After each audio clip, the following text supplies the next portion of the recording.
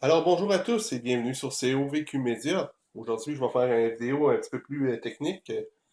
Ici, on a une machine IBM PC 5162 que j'ai ramassée dans un lot le printemps passé. Puis la dernière fois que j'ai essayé, j'avais réussi à faire partir le disque dur et à le configurer, mais il voulait plus partir. Ça fait des mois en fait que je n'y ai pas touché. Donc ce que je vais faire aujourd'hui, c'est que je vais essayer de le faire redémarrer. Je vais commencer par y mettre une carte vidéo que j'ai ici, une VGA Wonder, qui a un port CGA et VGA. Mes disquettes de boot qui sont prêtes avec un logiciel pour aller changer les paramètres du BIOS. Parce qu'on peut y aller avec le IBM Diagnostic Disk, mais je ne l'ai pas présentement. Et en fait, je ne l'ai jamais essayé. Il faudrait que je l'essaye. Je pense que j'en ai une copie. Ici, j'ai un écran IBM couleur qui est le CGA. Alors, je vais ouvrir le boîtier. Je vais aller juste brancher la carte vidéo et le motherboard pour essayer premièrement si ça marche. Après ça, on ira pousser plus loin. La boîte de King Quest que vous voyez sur le dessus, c'est pour une autre vidéo qui s'en vient prochainement. J'ai l'intention de l'installer sur mon 386. Mais en fait, ici, que ça dit que ça marche sur un 286. Donc, je vais peut-être l'essayer sur celle-là aussi. On verra. C'est à suivre.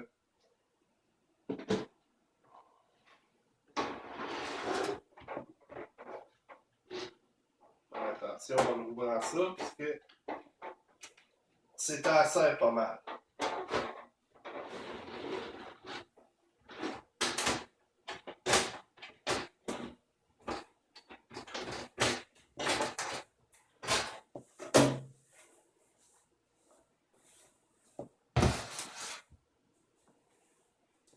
Donc, je vais vous montrer un peu. Ici, on a un disque dur MFM Caloc Octogone. En fait, c'était dans un Apple Lisa.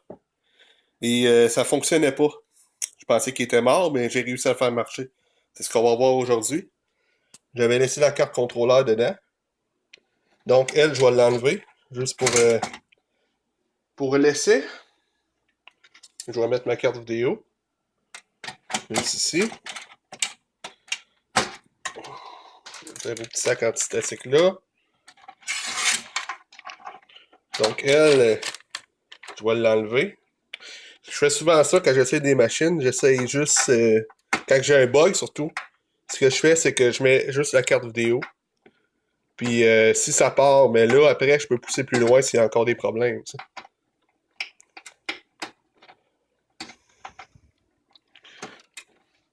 Donc, je vais aller brancher un clavier. On va mettre ça sur le pied.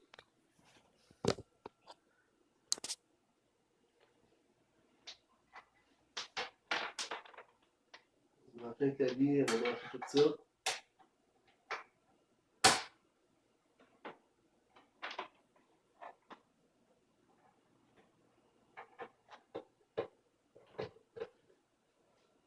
On va voir si ça part.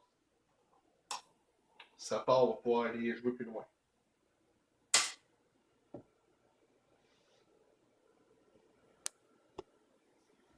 Oh, c'est déjà bon.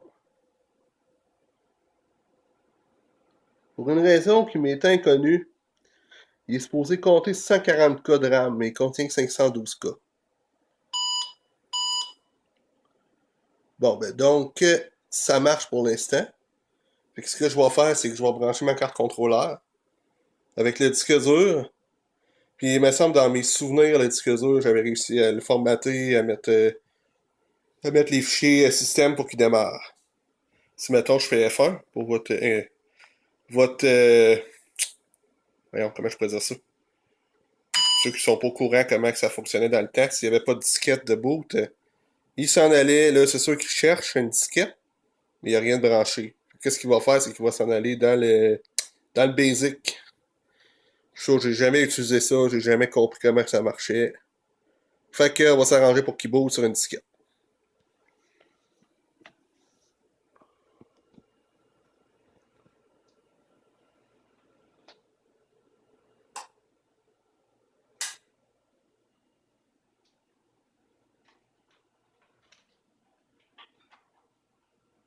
que je vais faire, je viens de penser à ça, je vais juste débrancher les câbles d'étiqueture. Je vais juste brancher les lecteurs d'étiquette. Puis je vais aller setter le BIOS. Et ça, je vais le redémarrer avec l'étiqueture branchée. Donc, c'est supposé démarrer.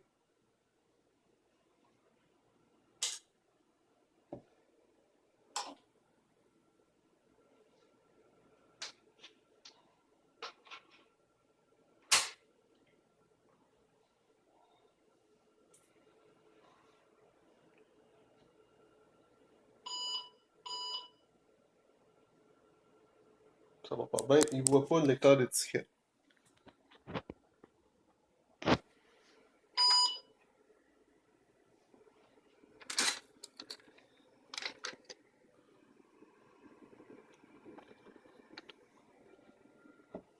Pourtant, ils sont branchés. On va essayer d'autres choses avec. On va essayer une autre carte contrôleur, je pense. Bon, alors j'ai ici une autre carte contrôleur. Je pense que c'était une qui était dans les. Un des IBM PC que j'ai ramassé, car j'en ai ramassé trois de même. Un AT, un XT, puis celui-là ici qui est un XT 286. Donc je vais essayer celle-là. Probablement que c'est elle qui était dedans, vu qu'il y a un ISA 16 bits.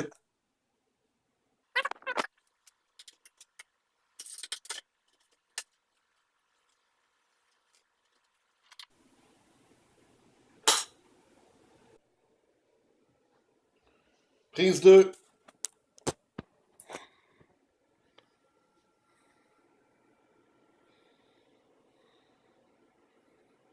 Disquette error encore.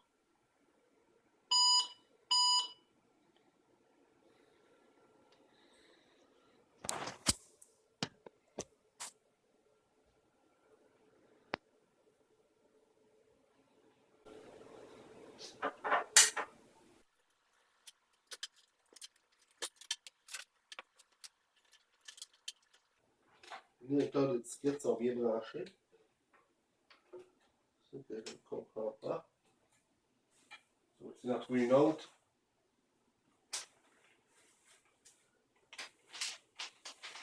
Pas de lecteur de disquette, c'est sûr que je ne vais pas faire partir de disquette vu qu'il n'est pas configuré encore. Ici, j'ai une carte contrôleur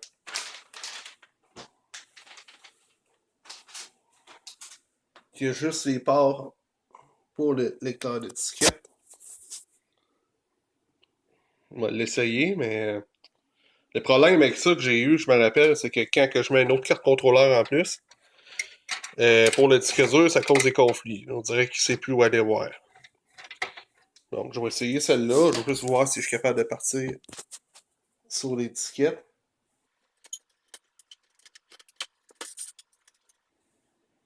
Non, c'est mon erreur. Ça, c'est juste une carte de disque dur. On va essayer d'autre chose. Je vous reviens encore une fois.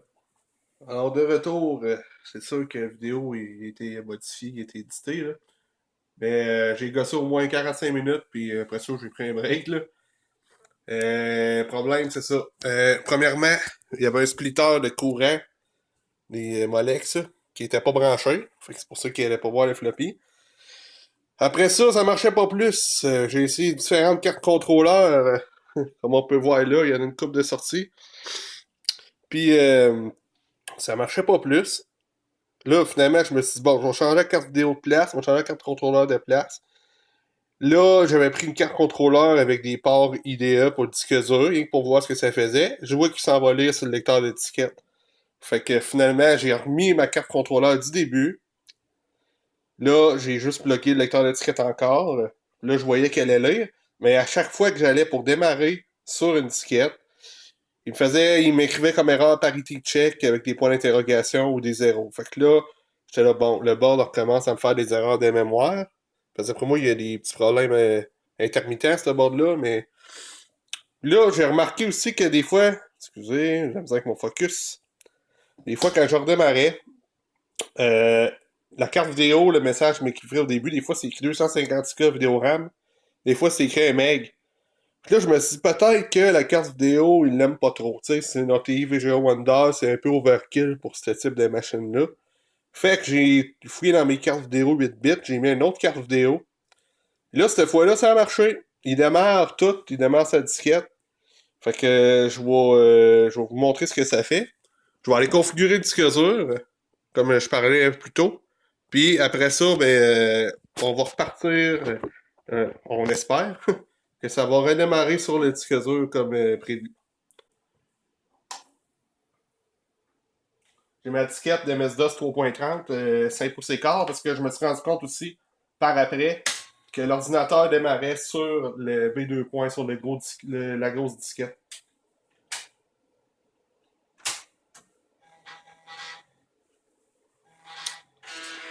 Là, il m'écrit System Option Not Set, ce qui est normal. On va démarrer.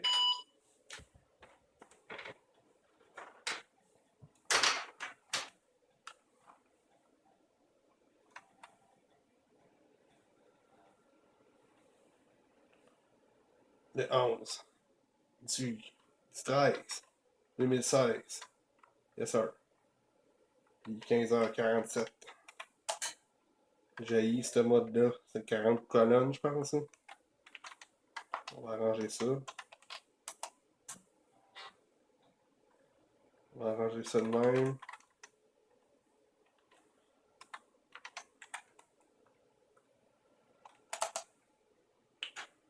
Alors, j'utilise Snooper, qui est un programme que j'ai remarqué que j'étais capable d'aller dans le BIOS, modifier des informations du BIOS de certaines machines qu'on n'est pas capable autrement.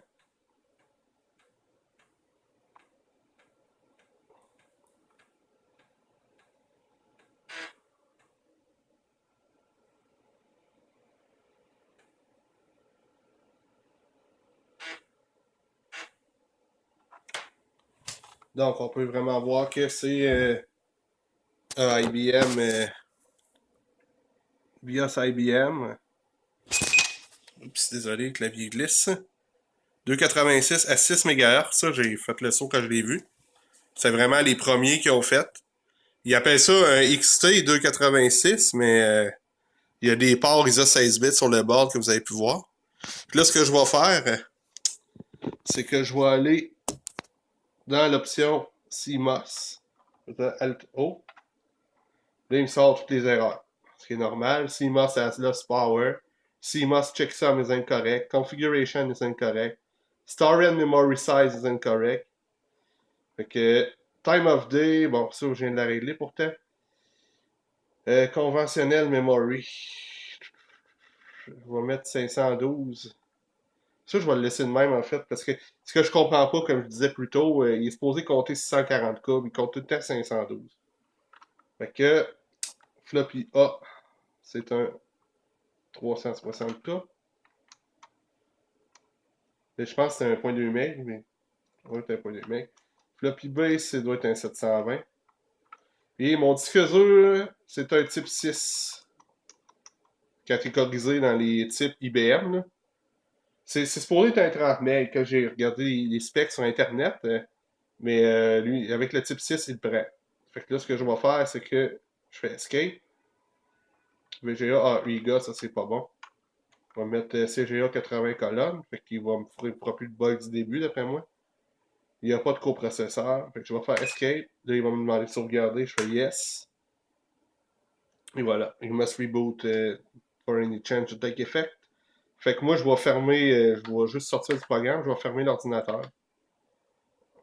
Puis, je vais redémarrer, je vais brancher le disque dur. Il serait supposé démarrer, à part si le disque dur est décidé qu'il mourrait.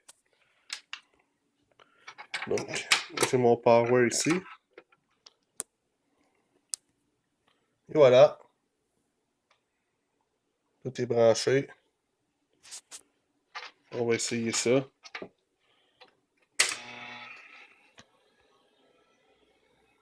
Il a gardé sa configuration, il est en 80 colonnes. En 2 points, B2 points. vais sortir ma disquette. Memory size error. Je vais essayer d'y mettre 128K on board puis 512 extended de voir. F1. Et voilà. Comme je pensais, ça marche encore.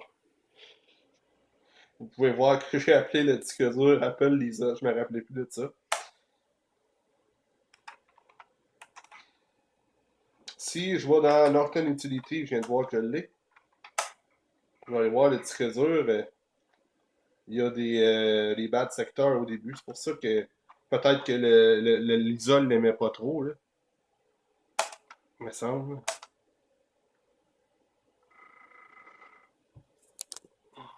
Excusez-moi.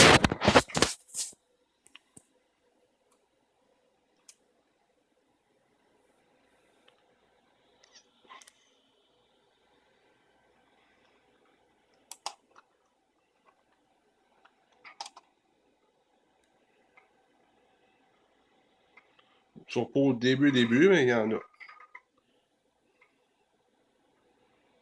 Bon, à date, il fonctionne encore.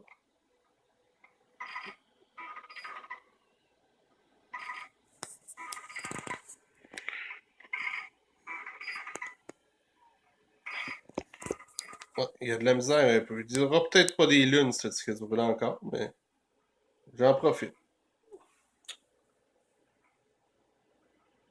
Donc, je vais remonter tout ça, cette bête-là. Je vais remettre. Et voilà maintenant le produit fini. Il va me rester un peu l'esthétique à faire à un moment donné. Où tu as vraiment checké le bord pour savoir c'est quoi qui se passe.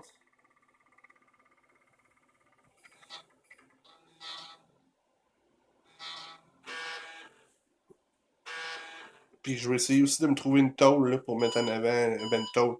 La plaque de plastique IBM avec une LED rouge là, pour mettre en avant de mon disque dur, j'en ai une.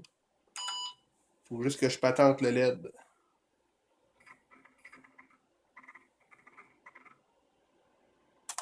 Et voilà!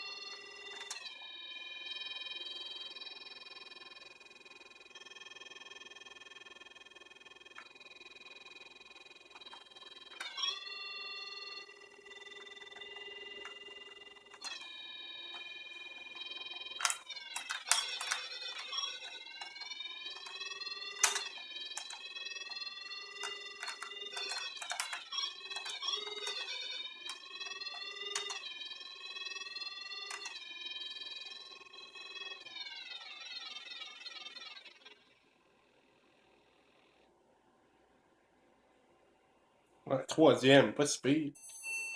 Ouais, j'ai réussi à le faire booter, mais il a pas de l'air à aimer ça.